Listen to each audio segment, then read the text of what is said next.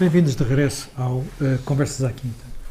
Nesta semana é uma semana marcada pelo bombardeamento de algumas posições na Síria por parte de três aliados, os Estados Unidos, a França e o Reino Unido, uma ação que teve a ver com ataques com armas químicas, de novo na guerra na Síria, a acusação e a convicção de que o regime de Hafez al-Assad continua a recorrer a armas proibidas na guerra civil que devasta o território. É evidente que há nesta equação mais problemas, uma vez que neste momento a Rússia é um ator predominante ou com enorme importância no terreno, principal aliado do regime de Assad e também adversário nesta frente da França, do Reino Unido, com quem tem também o problema relativo ao envenenamento de um antigo espião, e dos Estados Unidos, onde a relação é um bocadinho mais complexa, já que ao mesmo tempo que ocorre este ataque decidido pela administração Trump, há as investigações a saber até que ponto é que os russos ajudaram ou não à eleição de Trump para a presidência dos Estados Unidos. São vários temas, são várias questões que aqui se levantam, nomeadamente a da coesão da Aliança Ocidental, da NATO e da sua capacidade de ação. Jaime Gama, este tipo de intervenção, que parece ter sido relativamente limitado, portanto, cirúrgico, aparentemente não houve mortes civis, os alvos eram apenas zonas consideradas de fabrico ou armazenamento de armas químicas. Há quem diga que foi calibrado para moderar a reação da Rússia e, portanto, para não criar aqui um foco de problema maior.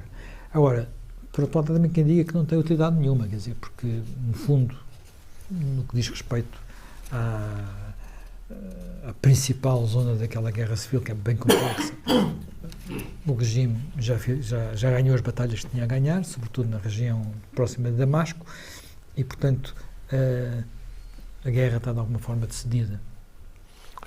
Olha, eu acho que houve aqui uma precipitação e uma reação em cadeia de alguns dos intervenientes, porque, se reparar, tudo começou com o anúncio por Donald Trump de que os americanos iam sair em definitivo da Síria. Os americanos têm neste momento cerca de 2.000 militares na Síria, basicamente em apoio aos curdos, e o anúncio de Trump foi... Em combate ao que era antigamente o Estado Islâmico. Sim, concentrados no apoio aos curdos e no combate ao Estado qualquer Islâmico. também que havia ali. E o anúncio de Trump é feito dizendo como o Estado Islâmico está definitivamente debilitado na Síria e já só tem núcleos residuais, nós vamos retirar da Síria. E há uma intervenção francesa. E a intervenção francesa é aquilo que aparentemente terá levado a que se reposicionasse uma intervenção quando surge o anúncio, o conhecimento devido à ação de uma ONG, também ao que se supõe ligado aos movimentos islâmicos, de que teria havido o uso de armas químicas nos arredores de uma cidade. Estamos a falar dos capacetes brancos, não é? De Guta, exato. Então, a França, ao que parece, terá levado os Estados Unidos, que estavam a retirar, a alinhar com uma operação, que é uma operação, já veremos, que tem características muito especiais, que é do bombardeamento por mísseis de cruzeiro de posições que seriam posições onde existiriam fabrico, pesquisa ou depósitos de armas químicas ou com o potencial para a preparação desses armamentos. Nessa operação intervém a Inglaterra. Mas o que é interessante verificar é que só mísseis de cruzeiro são utilizados. Mísseis de cruzeiro lançados uns por avião, que são aqueles que atingem uma menor distância porque o avião chega muito perto dos alvos, mas atingem uma maior carga. Os mísseis de cruzeiro lançados submarino ou de fragata são mísseis que têm 1000 quilómetros de alcance, mas têm cargas mais pequenas. E a operação é feita só com isso. Portanto, há como que um tiroteio com mísseis de cruzeiro, ingleses, franceses e americanos, a esses 3 locais. Não há invasão do espaço aéreo, bombardeamento prévio das defesas aéreas sírias e esses mísseis terão uns atingido os alvos, mas os russos e os sírios dizem que uma parte terá sido interceptada pelas defesas aéreas russas. Se havia armas químicas nesses locais, se os mísseis atingiram os alvos ou foram interceptados, se o massacre já está comprovado ou não, tudo isso a história dirá, porque tudo isto foi feito numa precipitação imensa de acontecimentos e o que aqui o que é que justifica essa precipitação de acontecimentos? Eu acho que há a vontade dos intervenientes. E há a vontade dos intervenientes, em especial da França, em mostrar que agora já tem uma capacidade que não tinha durante a Guerra do Golfo e a invasão do Iraque, que é a capacidade para lançar mísseis de cruzeiro a partir de fragatas. Esta ação da França é feita com o porta-aviões Charles de Gaulle em reparações em Toulon. Mas a França está quis... sempre em reparações. Sim. Mas a fetiche que ao fim de agora 1 ano e meio poderá voltar a ser muito reforçado. Mas a França, pela primeira vez, pôde testar o seu novo míssil cruzeiro naval, que não tinha. E também pôde testar a eficiência da sua fragata multifunções, que está a desenvolver em conjunto com a Itália e em relação à qual já há vários compradores, incluindo Marrocos e outros países. Portanto, a França quis mostrar aqui que tinha uma capacidade e que tinha também a capacidade de agir sobre uns Estados Unidos que estavam a retirar de uma área. Os ingleses foram arrastados, fizeram uma intervenção contornados a partir da sua base ali perto e, portanto, não há nisso um grande significado. Digamos, marcaram presença. Mas a França quis fazer disto uma grande afirmação de capacidade aeronaval num conflito deste tipo. A França mudou completamente a sua posição sobre a Síria desde o governo Hollande. Porque a França, que é, digamos, quem está por detrás da construção da Síria moderna, e que é até quem está por detrás da chegada ao poder dos alauítas na Síria, a partir do governo Hollande modificou a sua política, que era uma política de equidistância na Síria, passando a alinhar com o campo sunita. E imensos intérpretes internacionais e até responsáveis acham que isso está completamente ligado às grandes vendas de armamento da França para a Arábia Saudita, o Catar e o Egito. Portanto, a França está posicionada de uma forma diferente no conflito da Síria e tem aqui esta sua oportunidade. Por outro lado, os russos, que têm na Síria 4.000 homens, basicamente, numa base naval, numa base aérea e no apoio aos sistemas de defesa aérea dos sírios, mas que não têm forças combatentes. Têm conselheiros, mas não têm forças combatentes, porque a parte mais combatente é feita pelos iranianos. Os russos também aproveitaram para fazer daqui uma grande propaganda dos méritos dos seus sistemas combinados de defesa aérea. O famoso S-400 e agora um sistema múltiplo de defesa aérea a mais baixa altitude, que é o Pantsir 1. E a exploração do resultado das interseções dos mísseis de cruzeiro é uma coisa que se pode ver na irradiação mediática dessa exploração de sucesso. Portanto, nós podemos dizer, é um pouco a minha conclusão. Não comprovável, portanto é uma coisa sim, que... não é comprovável, sim, não é comprovável. Todo um terreno da hipótese. Bom, mas nós podemos dizer que isto que aconteceu na Síria não tem lógica se nós virmos o conflito ou até o contributo para uma solução do conflito. Mas tem lógica quase como funcionando numa espécie de festival de venda de armamentos, em que, de um lado, os mísseis de cruzeiro e as fragatas francesas são vedeta, e do outro lado, as defesas aéreas russas também são vedeta. Mas qual a inserção disto numa lógica geral de gestão de conflito não é muito claro.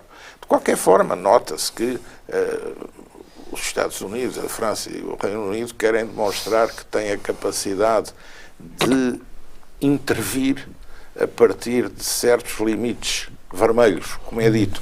Mas intervir sem ir ao terreno, intervir sem sequer que os aviões sobrevoem o espaço aéreo, com mísseis de cruzeiro de longa distância, nenhum deles direcionado para as defesas aéreas orientadas pelos russos, mas sim para estes locais que, no fundo, são construções... É importante que não houvesse mortos russos. Não, sim, mas nem russos nem dos outros, aparentemente. Outros, enfim, foi uma coisa praticamente, evacuaram antes. Sim, mas tantas vezes mas se reparar também, a Rússia não permite, a Rússia não usa os seus aviões na base aérea para interceptar os Mirage 2000 e os Rafale e os Tornados e os B-1s. A Rússia também não usa nenhuma espécie de força naval, por exemplo, para agir em relação aos meios navais que estão no teatro mediterrâneo. Aliás, portanto, a Rússia disso, faz há quem continua a usar a força aérea para fazer bombardeamento na Síria, que é Israel. Mas Israel tem uma agenda específica. Que é o Hezbollah. O Hezbollah e a conexão com o Irão. Portanto, Israel aproveitará sempre este conflito, digamos, para amegar a sopa, isto é, mas com o alvo preciso, que desconectar o Irão e o Hezbollah, porque considera que, no final de contas, o Hezbollah é quem vai sobrar para Israel no conflito que se vai seguir. Não é? E, portanto, sempre que pode, vai destruindo uma capacidade militar do Hezbollah e da conexão com o Irão. Porque Israel receia... Israel sabe que a Rússia não é uma ameaça a Israel, mas o Irão é. E, portanto, desconectar a ligação Hezbollah-Irão no terreno da Síria e do Líbano é para eles vital. Daí que eles não tenham perdoado e que façam essas ações muito rápidas. Até, ao que parece, nem sequer chegou a existir, mas foi um alerta exagerado dos sistemas e dos meios de comunicação sírios que inventaram um ataque que nem sequer se tinha realizado. Mas isso revela sempre as situações de confusão quando estes problemas começam a fluir a uma velocidade fantástica. Já me Pinto, mas esta questão de utilização de armas químicas e linhas vermelhas, muitas pessoas recordam que quando foi a administração Obama, ela também colocou uma linha vermelha e depois voltou atrás. Os russos apareceram e depois fez ali umas conversas e as armas químicas, é facto que as armas químicas voltaram. É uma causa capaz de justificar, nem que sejam ações. Não, eu acho. Quer dizer, normalmente a humanidade tem um lado, e só lhe fica bem, e é um lado cristão, e enfim, que é idealista e que é universalista, mas também tem um lado, digamos, de acautelar-se a si própria, não é? Portanto, a ideia de que hoje em dia, enfim, não há tanto um perigo das armas atómicas, que apesar de tudo são uma coisa complicada e que, para já, ainda estão relativamente restritas, ainda estão relativamente nas mãos de Estados, mas que as armas químicas e biológicas é uma daquelas coisas que, uma vez despoletadas e banalizadas, podem ser perigosas para toda a gente. Portanto, podem ser usadas por... Sim, exatamente, por Estados. Sim, por pequenos grupos, quase, por grupos não estatais, etc. Portanto, o princípio em si parece-me corretíssimo. E apoio inteiramente, quer dizer, quem usa... Agora, aqui também voltamos a ter outro problema. houve de facto o uso disso? Qual é a lógica de ter usado, neste momento, sobretudo com o regime, enfim, como aliás o Jaime Gama ali estava a dizer, parece que estamos no final do... Quer dizer, então no final é que se vai usar, nos últimos é que se vai usar uma coisa que vai... E depois também a própria intervenção, quer dizer, isto de facto parece um bocadinho tudo uma grande comédia, não é? Uma grande... parece uma daquelas comédias de erros, não é? Aquelas coisas características do século XVI, em que toda a gente faz uma coisa para parecer que está a fazer, mas no fundo não está a fazer, porque também há muito cuidado de não haver, quer dizer, usam-se grandes meios, mas depois não há baixas, quer dizer, qualquer pequena escaramuça medieval à pedrada normalmente tinha mais vítimas do que estes grandes ataques com grandes meios. E, aliás, o Jaime ali estava a dizer, isto parece de facto mais um bocadinho uma espécie de feira, não é feira das vaidades, mas também é um bocadinho de uma feira, um monstruário de Festival de Defesa Aérea. O Festival de Defesa Aérea, quer dizer, com uma prática relativamente barata, porque faz-se no terreno, e os franceses lá mostram a fragata, os russos mostram as suas defesas, e fica toda a gente muito contente. Barata não é muito, porque cada míssil custa entre 1,5 milhão e 3 milhões de euros. Sim, mas eles esperam vender, não é? Depois, proporcionalmente, e depois são os tais... Recuperam nas as tais technicalities que a gente... Enfim, está relativamente fora desse mundo, mas acredita quem o gera sabe o que está a fazer, portanto é um investimento de alguma forma, essas armas têm que ser usadas de vez em quando, não é? Relativamente barato, exatamente. Dizer, agora, não há baixas. Há aqui uma espécie de teatralidade extraordinária, porque avisa-se tudo. Quer dizer, parece que é exatamente para mostrar, é um bocadinho... Qual o papel do Trump no meio disto? Qual é o papel do Bolton, que acabou de chegar à administração? Olha, eu conheço relativamente bem o Bolton. Eu acho que tudo isto tem uma... Vamos lá ver, o Trump... Acha que ele pode ter... O Trump, por exemplo, o Trump, há aqui uma história muito curiosa. Quer dizer, o Trump está a ser investigado e está a haver uma grande guerra nos Estados Unidos, porque o Trump foi, digamos, favorecido pelos russos. Mas agora que o Trump ataca os russos e tira os americanos tiram não sei quantos diplomatas russos, os russos não fazem nada. Portanto, dá a impressão que se de facto os russos tivessem esse grande poder de chantagem sobre o Trump, quer porque o tinham eleito, quer porque tinham provas de grandes escândalos e vergonhas de Trump, nesta altura deviam estar a usar isso. Também não usam. Portanto, aqui, ou vamos para uma teoria da conspiração, em que está tudo, há uma espécie de facto de governo mundial tácito, está tudo entendido e tudo isto é para enganar a plateia, ou então, também várias dessas coisas deviam estar a cair pela base. Quer dizer, eu sou muito cético, porque, quer dizer, vi sempre este uso de armas químicas, é sempre numas alturas que já não são precisas. Sempre não, atenção com momentos em que... Quase sempre. O assassinato o assassinato não, porque o homem está vivo. Aquela arma terrível também em Inglaterra, completamente assassinada pelos russos, também o homem, a vítima, o alvo sobreviveu, a filha já saiu do coma, também não se percebe para que é que ele ganhavam, o que é que ganhavam com aquela história. Portanto, eu que odeio as teorias da conspiração, porque acho que as teorias da conspiração, passei a vida a ouvir imbecis a usar teorias da conspiração para explicar coisas complicadas, mas aqui quase que estou tentado a dizer que também aqui funcionam as teorias da conspiração, porque quer dizer, qual é o interesse? Quem é que ganha com estas coisas, tirando, como já me dizia, isso aí, pronto, é um interesse legítimo, não é? Ou legítimo, ou pelo menos comercialmente legítimo, que é fazer um bocado de propaganda, ainda por cima, sem grandes danos, porque os vistos parece que também não morre ninguém nestas coisas. A única coisa que a gente viu foi lá uma das tais fábricas, ou das tais coisas assim mais ou menos escaqueirada, mas de resto também não ouvimos falar em vítimas, não ouvimos falar... Portanto, ou isto é um grande exercício de mediático, de publicidade, é uma espécie de feira franca dos modernos armamentos, e é também para dar a ideia de parte a parte que, enfim, toda a gente está nos seus princípios, mas por um lado também acho que, por um lado ainda bem que é assim, porque senão naturalmente tínhamos uma escalada complicadíssima, porque hoje em dia, de facto, a fragmentação dos poderes militares e dos poderes de destruição é muito grande. E, portanto, naturalmente estamos um bocadinho em exercícios tipo Guerra Fria, só que antes passavam-se completamente a frio, não é? E agora passam-se um bocado a quente, mas tendo cuidado de ver se não morre ninguém, não é?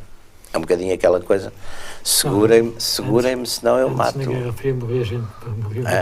Morriam na periferia, na Guerra Fria morria gente nas periferias. Mas agora que entram diretamente já americanos. Aliás, eu acho que na Guerra Fria houve um caso, vocês devem sabê-lo também, houve um caso que praticamente houve de facto um caso em que no Médio Oriente houve uns aviões, não sei se eram sírios, eram uns aviões que tinham pilotos soviéticos que foram abatidos por Israel. É uma história qualquer, deve ter sido as únicas casualties, digamos, de enfrentamento praticamente direto. Israel, não, mas eram os americanos que usaram. Houve qualquer coisa aí, mas de resto houve sempre cuidado na Guerra Fria das grandes potências nunca terem vítimas cruzadas, não é? Bateram-se sempre por interposto aliados ou por interposto, enfim, subcontratado. Agora aqui, portanto, isto parece que essa regra também se mantém, embora hoje haja uma fragmentação muito maior, não é?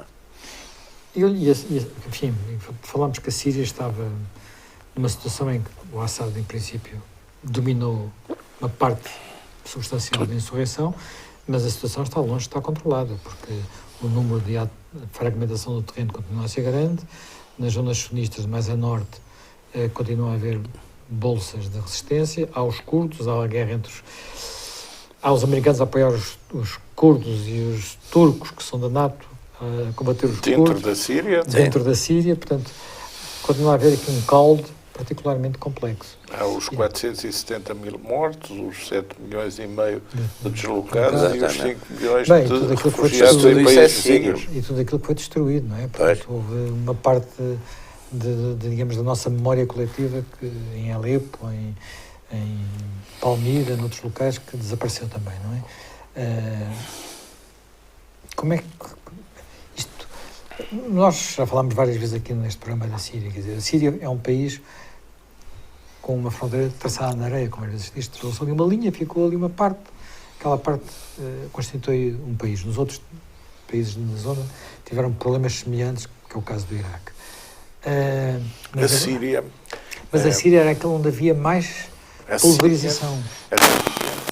Antes da própria definição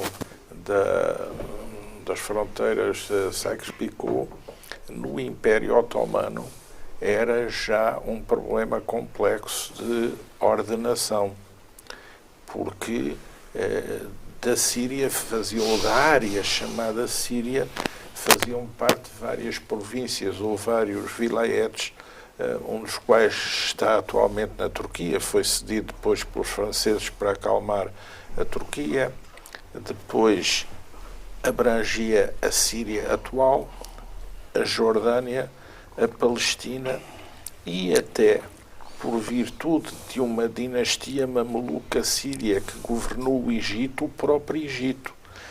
E os nacionalistas sírios sempre visualizaram uma grande Síria que fizesse face à Turquia, também fizesse face à Arábia Saudita, ao Iraque. Portanto, a noção de Síria é uma noção que evoluiu muito. Não nos esqueçamos que a Síria foi conquistada por Maomé para o Islão e depois foi conquistada pelos otomanos. E há um momento em que está ligado ao Egito. E também o próprio Egito nunca deixou de ter uma ambição sobre a Síria. Daí...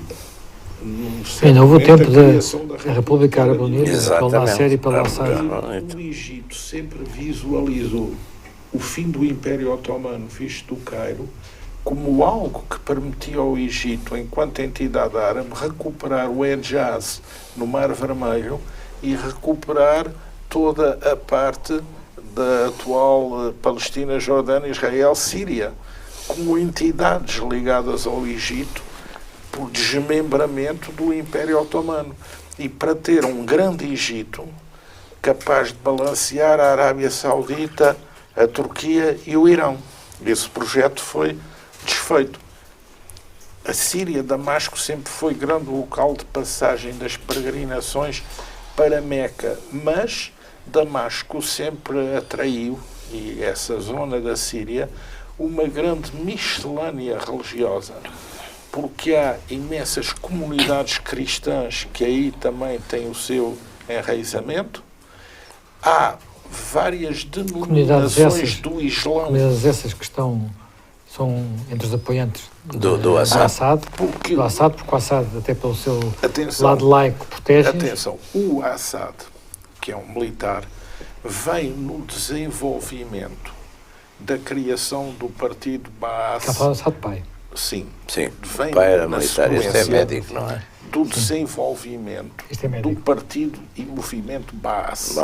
O movimento Baas é um movimento que procura, por um lado, responder ao Império Otomano e à absorção pela Turquia e pelo otomanismo, e, por outro lado, também quer uma governação que não seja subordinada ao controle religioso do Islão. Claro, e por isso vai invocar a arabidade. O fundador é um partido e no Iraque, socialista e nacionalista. O fundador, Michel Aflaq, era cristão. Cristão, exatamente. E é um movimento que se define como árabe, querendo com isto dizer não somos turcos nem otomanos, e querendo com isto dizer não somos islâmicos, fundamentalistas. E a arabidade é o que nos une. E isso é o modelo.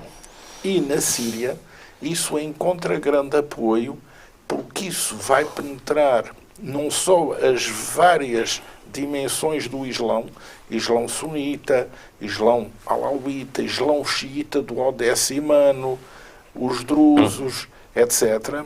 E vai também captar os cristãos, que são de imensas proveniências, ortodoxos, alguns católicos, outros cristãos de rito oriental, e que encontram aí também a oportunidade de terem um protagonismo político. Porquê?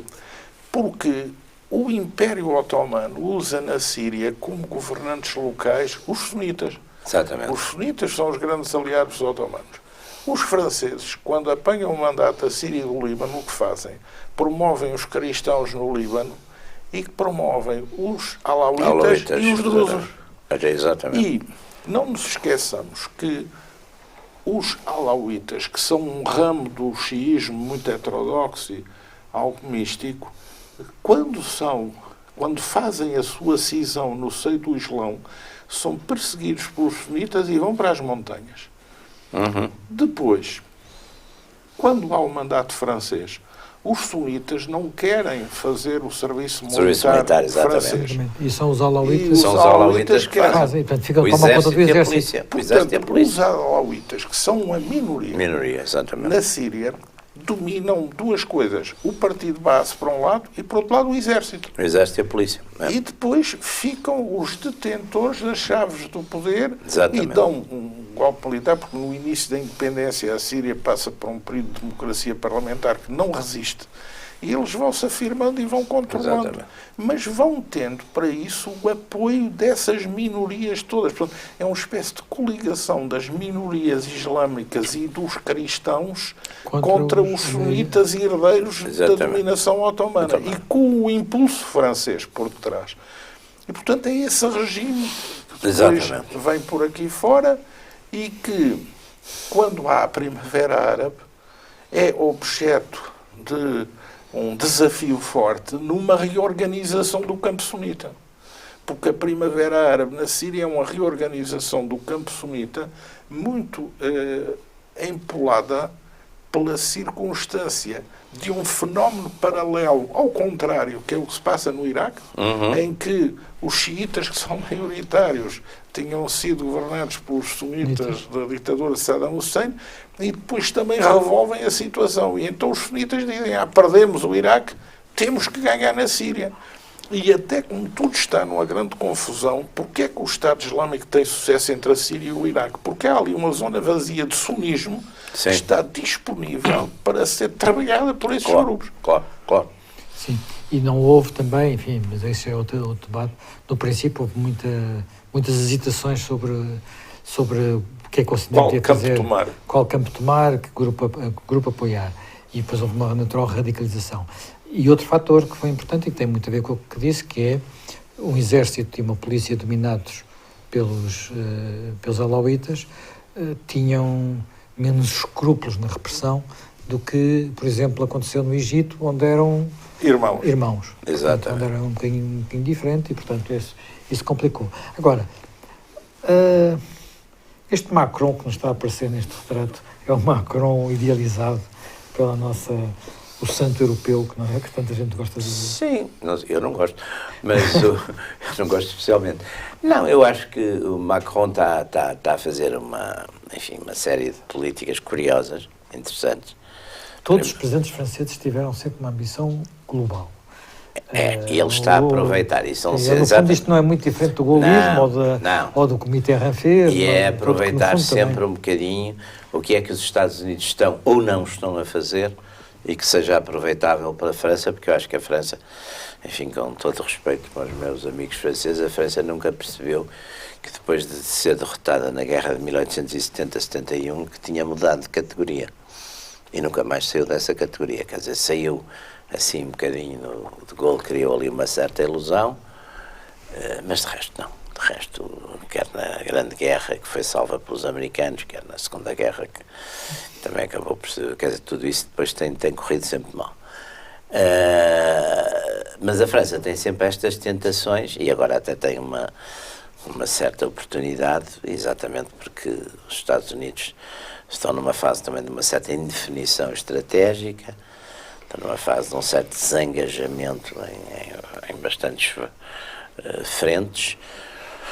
Os franceses, por exemplo, tiveram sempre uma relação muito interessante e muito curiosa e muito, enfim, e com aspectos muito fundos em relação, por exemplo, à Arábia Saudita. Eu lembro-me sempre quando foi o ataque à Grande Mesquita, que os americanos, era o tempo do Jimmy Carter, não se quiseram meter. São os franceses que vão, enfim, ajudar os sauditas, através dos seus serviços, a limpar toda aquela situação complicadíssima. Os franceses ultimamente voltaram a ter ali uma certa presença, até num aspecto que lhes interessa muito, que é de facto terem uma indústria militar muito desenvolvida, e portanto conseguiram agora também, têm estado ali sempre muito atentos exatamente aos sauditas, aos cataris, a toda essa gente. E Macron, ao mesmo tempo que, por exemplo, está a seguir uma política em relação aos sindicatos de mão dura, está a seguir uma política em relação, enfim, a ser um bocadinho o tal último europeu, também aqui quer, no fundo quer dizer, no fundo o espetáculo é ótimo e é relativamente barato, quer dizer, no fundo são estes gestos que acabam por resultar e dar uma ilusão. Aliás, o General de Gaulle também fez isso, dar uma ilusão de grande politique e de permanência na linha da frente. Havia notícias na imprensa internacional de que foi Macron que convenceu os americanos a esta ação. Pronto. Ele próprio se incumbiu de dar essa imagem. Depois a seguir... Foi o meu telefonema mas a seguir, que fez disparar os Tomahawk percebeu que tinha ido das fragatas americanas. Sim. Percebeu que tinha...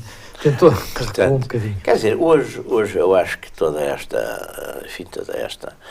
Curiosamente, a política da Guerra Fria, como era uma política bipolarizada, era campos relativamente fechados, não tinha muito este lado que hoje tem, quer dizer, num espaço fragmentado, este tipo de ações, digamos, mais de política espetáculo e utilização de multiplicadores relativamente baratos para grandes efeitos, é uma tentação, quer dizer, e a gente, portanto, no fundo, quando começa a escalpelizar esta ação, por um lado fica tranquilos, porque estamos um bocadinho naquela coisa shakespeariana, não é? Tanto barulho para nada, não é? Parece que foi, mas por outro lado ficamos ao mesmo tempo tranquilizados, porque havia muita gente que estava a achar que já íamos entrar na Terceira Guerra Mundial por causa disto, porque íamos finalmente ter os americanos a escaqueirarem uns sítios onde eram capazes de matar uns russos. Aliás, eu como sou muito alheio às technicalities, embora teoricamente estudo muitas essas coisas,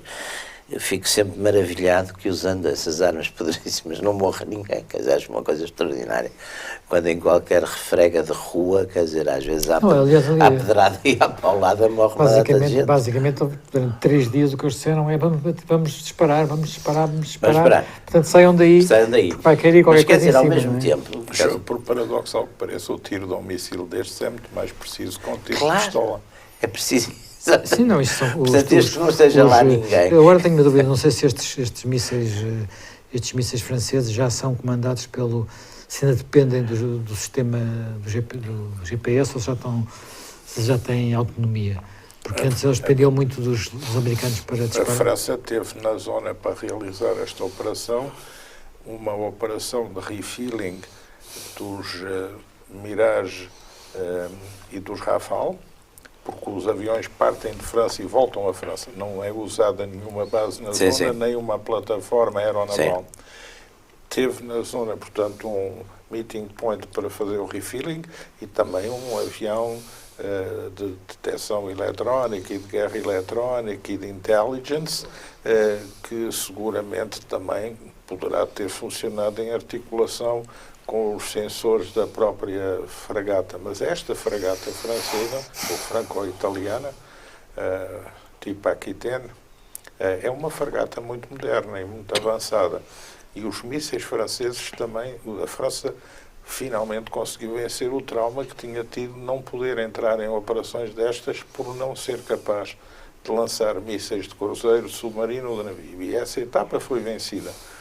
E também a existência desta nova fragata, que é uma fragata muito concebida para este tipo de situação e de conflito. E esta estreia tecnológica da França é algo que a França quer usar para se colocar como o grande parceiro dos Estados Unidos para as operações de maior relevância. A França foi uma das grandes defensoras do sistema europeu de geolocalização para ficar liberta do sistema americano. Mas ainda teve que depender desta vez do sistema americano, porque o sistema europeu não está ainda... Mas a operação, sendo uma operação conjunta e implicando lançamentos e coordenação de tiro com disparos feitos do Golfo Pérsico e do Mar Vermelho, obviamente tem um comando centralizado. Nós achamos que este sistema GPS é super preciso, mas o sistema militar é muito mais preciso que este que nós usamos nos nossos telemóveis. E tem seguramente o apoio dos Estados que deram, digamos, logísticas indiretas, que permitiram sobrevoos, sabendo o que estavam a fazer, que permitiram até que os mísseis de cruzeiro atravessassem os seus territórios sem fazer com isso disparar sistemas de defesa aérea. Também não foram muitos que eles fazem, seguem o Mediterrâneo, não é? Não dispararam também do Mar Vermelho e do Golfo. Há disparos de um lado e do outro. E a coordenação desses fogos implica uma coordenação operacional dos disparos. E também, seguramente, a comunalidade de alguns meios de diagnóstico de zona mais precisos. E também a obtenção de informação sobre a forma. Esta guerra é importante, este conflito foi importante para os russos ficarem a conhecer melhor os mísseis de cruzeiro dos seus adversários e também para os aliados da operação ficarem a conhecer melhor como funcionam, designadamente no campo eletrónico, todos os sistemas de defesa aérea da Rússia, que foram acionados. E ao serem acionados, sinalizam eletronicamente e, portanto, deixam informação que é suscetível de ser trabalhada quanto à sua localização, quanto à forma como exercem a captura dos alvos, quanto à forma como até procuram lançar sistemas de empastelamento eletrónico de zona. Portanto, isto significa que neste pequeno conflito houve seguramente uma alta intensidade de lessons learned e de estudos. Interessante ver agora as etapas seguintes. Mas agora, portanto, digamos, houve aqui um risco calculado. de alguma forma, Sim. não é? Sim. Portanto, O que nos descansa um bocado, risco calculado, a gente fica sim, sempre mas o problema é mais que muitas vezes tranquilo. pensa-se que há risco calculado. Isso é que é o seguir, caráter. há consequências, Aí é que consequências inesperadas. aí é que reside o caráter altamente cirúrgico da operação. Exatamente. E até o anúncio prévio por parte do presidente Trump, que é quase um sinal não só para os sírios, mas também para os russos, de que, olha, vai aí uma vaga de mísseis que até tem upgrades tecnológicos importantes, portanto, Ponham-se a pau. vejam como é que se vai funcionar. Como é que escapam? Agora, nenhum míssil foi programado para destruir um sistema aéreo de defesa russo, foi programado para atingir uma fragata russa, foi programado para atingir um avião russo estacionado na base aérea que os russos têm na Síria. Portanto, há um cuidado, e até o cuidado de não atingir alvos militares onde da cooperação entre Sim. russos e sírios Pudesse haver um russo por acaso. baixas ao sistema que os russos têm implantado ali no território sírio. Portanto, digamos que é uma guerra fria controlada. Muito Mas estas coisas controlada. no passado já deram com elas para o tiros. torto. É? Já Uma com guerra tiros, com fria, tiros. quente, Mas fria, deram, quente, deram controlada. já houve exemplos em que às vezes as coisas parecem Tais como? ações de retaliação que muitas vezes, sei lá, no limite do princípio da Primeira Guerra Mundial pensava-se que a Sérvia cedia e que não ia acontecer mais Mas nada. isso é diferente. Eu acho que isso é eu completamente enfim, eu diferente. sei que as É proporções eram completamente diferentes. Agora, estes disparos... E não há, sobretudo, a letalidade das armas, coisas já. Quer dizer, isso eu acho que a meditação, quer dizer, a gente apanhou, por exemplo, a Grande Guerra, acho que nisso é uma lição extraordinária, porque aprendeu-se, é uma guerra feita com estratégias e táticas do século XIX, mas com tecnologia militar do século XX, portanto, tem baixas que nunca mais acabam, não é? Portanto, Os Estados Unidos não podiam permitir que se ponha em evidência o ataque químico na Síria com o anúncio da retirada das forças americanas da Síria. Sim. Então, a operação é uma operação que, de certa forma, reequilibra essa retirada. Mas é feita no é uma contexto cobertura dessa para toda retirada. a gente, quer dizer, E o que está aqui E o em Putin causa... ganha internamente alguma coisa com isto? Isso não sei, mas de qualquer forma ganha com a noção de que está uma força implantada na Síria E que ninguém lhe com toca. meios tecnológicos fortes, que não é atingida, que não tem grandes baixas. Não Para tem os russos, grandes a pequenas, não tem. base naval que tem na Síria é estratégica. É fundamental, não é? claro. Estratégica É a única porque que é a tem. única base de águas quentes. É a única que eles têm. A sério que eles têm, não é? Portanto, Como a Ainda Síria é o por único cima- aliado assim forte que eles têm ali. Esta operação na Síria é uma operação que dá ao Putin um grande suporte à Igreja Ortodoxa Russa, porque aqui visualiza o que foi sempre uma ambição desde os tempos do czar Exatamente, na de proteção proteger de os cristãos do Jerusalém Oriente. e os cristãos do Do Oriente, Oriente. Atenção, exatamente. há aqui também essa outra Que é um componente grande do aliado do misticismo Putin, exatamente. russo que está valorizado. E a eficiência técnica da operação e a tam- qualidade dos sistemas, que também é algo projetável para os Eu- compradores é possíveis. previsível que, de alguma forma, vamos entrar neste conflito sírio numa relativa acalmia. No sentido acho em que que sim. vamos ter o conflito com os sunitas fica Bom, realmente ainda- controlado e eu acho que os a zona atores- dos curdos é circunscrita. Os atores se vão reajustar e estão a reajustar. Porque o que esteve aqui muito em causa era a questão da mudança de campo do Irão. E se o Irão era cooptável num grande tratado, bom, isso parece-me que ruiu. E o que há é uma nova coligação. Estados Unidos, França, Arábia Saudita e Egito, a tentar recuperar a Turquia, os Estados Unidos, uma vez que ao saírem da Síria, de certa forma, entregam os curdos à sua sorte e à sorte dos turcos. E aí realinham a Turquia, que estava a ter aproximações perigosas com o Irão e com a Rússia. Depois, tem o Irão. A Rússia não vai ter uma política aventurosa no Médio Oriente, nem nunca irá ter uma política de suporte ao xiismo revolucionário do Irão. É uma política de influência autolimitada e controlada.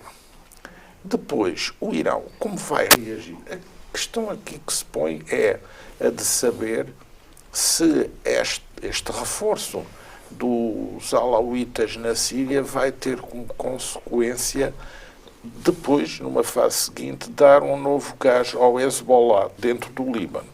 E como é que o Líbano vai absorver as ondas de choque?